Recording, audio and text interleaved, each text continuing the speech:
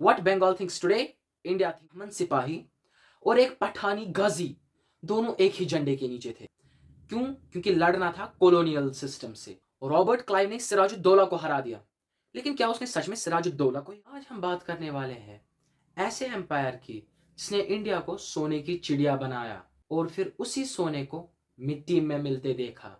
1700s में Mughal empire की economy दुनिया की सबसे बड़ी इकोनॉमी थे। 24 to 25% वर्ल्ड जीडीपी इंडिया से ही आता था और ये जाइंट ऐसे गिर गया जैसे कि कांच के घर गिर जाते हैं। आज हम डेट्स नहीं, पॉलिटिक्स, ईगो और बेट्रेयल की कहानी सुनेंगे। लोग कहते हैं कि औरंगजेब ने एम्पायर को बढ़ा दिया, लेकिन असल में उसने एम्पायर को सिर्फ स्ट्रेच कर दिया। औरंगजेब 26 साल तक साउथ इंडिया में लड़ता रहा। उसने बीजापुर और गोलकोंडा तो जीत लिया, लेकिन ट्रेजरी धीरे धीरे खाली होने लगी और इसी को कहते हैं द डेक्कन अल्सर। उसके बाद आया रिलीजियस फ्रिक्शन।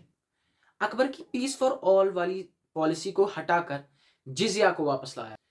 इससे रॉयल राजपूत्स, जट्स, सिख्स सब ने बगावत करना शुरू कर दिया। अब लेकिन ये जिजिया लगता तो लगता किस पे था? जिजिया एक ऐसा टैक्स है जो मुस्लिम रूलर्स नॉन मुस्लिम्स पे लगाते हैं, लेकिन हर किसी नॉन मुस्लिम सिटीजन पे नहीं लगता है।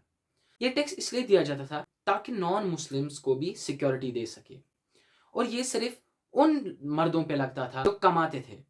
बच्चों, औरतों और बुजुर्गों पे और गरीबों पे ये टैक्स नहीं लगता था। औरंगजेब ने अब 1679 में ये जिजिया वापस लाया और उसके बाद आया जागीरदारी क्राइसिस। जमीनें कम थी और पैसे मांगने वाले मनसबदार बहुत ही ज्यादा थे, जिस वजह से एम्पायर का एडमिनिस्ट्रेटिव सिस्टम अंदर से सड़ रहा था। 1707 में औरंगजेब मरा और शुरू हुआ म्यूजिकल चेयर का गेम।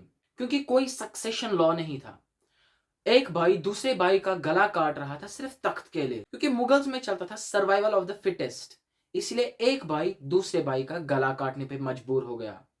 उसके बाद आए सैयद ब्रदर्स और ये थे असली किंग मेकर्स। इन्होंने एम्परर्स को ऐसे बदला जैसे लोग कपड़े बदलते हैं। उसके बाद आया मोहम्मद शाह रंगीला। इसका नाम ही रंगीला था। जब दुश्मन बॉर्डर पे थे, ये कोर्ट में बिजी था डांस और वाइन के साथ। और फिर आता है ईयर 1739 और उस टाइम दिल्ली में आया नादिर शाह और कहते हैं कि उसने इतना कत्लेआम दिल्ली में मचाया कि यमुना का पानी लाल हो गया। वो पीकॉक थ्रोन और कोहिनूर लेके तो गया और मुगल्स की इज्जत और इकोनॉमी दोनों साथ में लेके गया। जब सेंटर कमजोर हो जाता है तो शेर जाग जाते हैं। छत्रपति शिवाजी महाराज, जो काम उनने शुरू किया उसको पेशवाज ने पूरे इंडिया में फैला दिया। 1750 तक मुगल्स दिल्ली के नाम के राजा रह गए थे और असली कंट्रोल चलता था मराठास का। उसके बाद आए सिख वॉरियर्स। पंजाब में बंदा सिंह बहादुर और बाद में सिख मिसल्स, सब ने मुगल्स की नाक में दम कर दिया। बंगाल, हैदराबाद और अवध सब जगह के गवर्नर्स ने कहा कि हम टैक्स अपने पास ही रखेंगे। अब दिल्ली के पास आर्मी को देने के लिए पैसे बचे ही नहीं थे। अब एंट्री होती है गेम में ईस्ट इंडिया कंपनी की।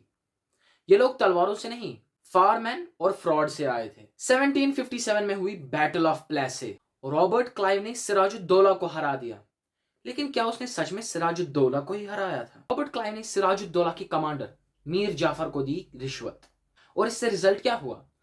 बंगाल, जो कि अमीर स्टेट थी, वो आ गई ब्रिटिशर्स के पास। इसीलिए कहते हैं what Bengal thinks today, India thinks tomorrow. क्योंकि बंगाल पर ब्रिटिश इन्फ्लुएंस बहुत पहले से चला आ रहा है और वहां पे वेस्टर्नाइजेशन ज्यादा देखने को मिलती है।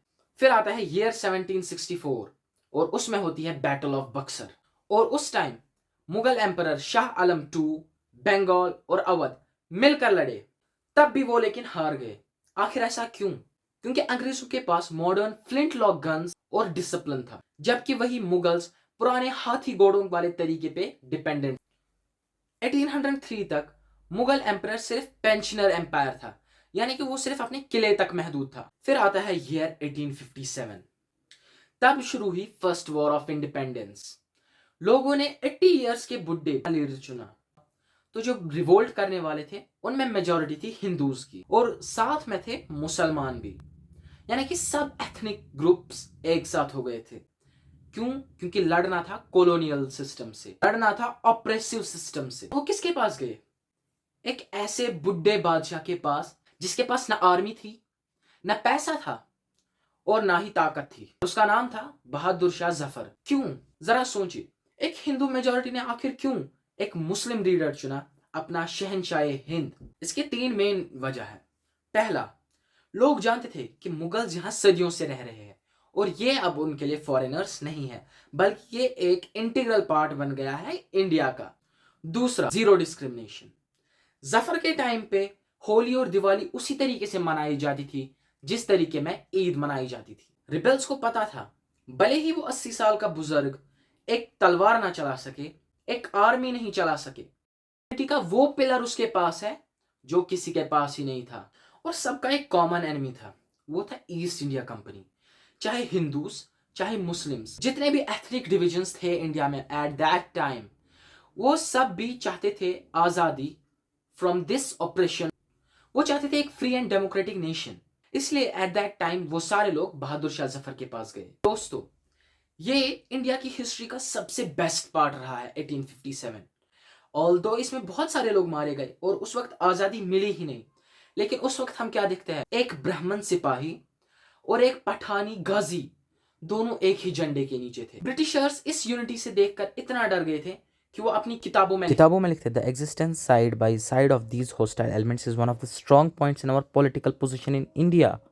कैरेट एंड स्टिक पॉलिसी, ताकि वो एफिशिएंटली रूल कर सके इंडिया पर। सैडली 1857 इंडियंस के हक में नहीं आया। अगले 90 साल तक उनने वही पॉलिसी यूज की, डिवाइड एंड रूल की।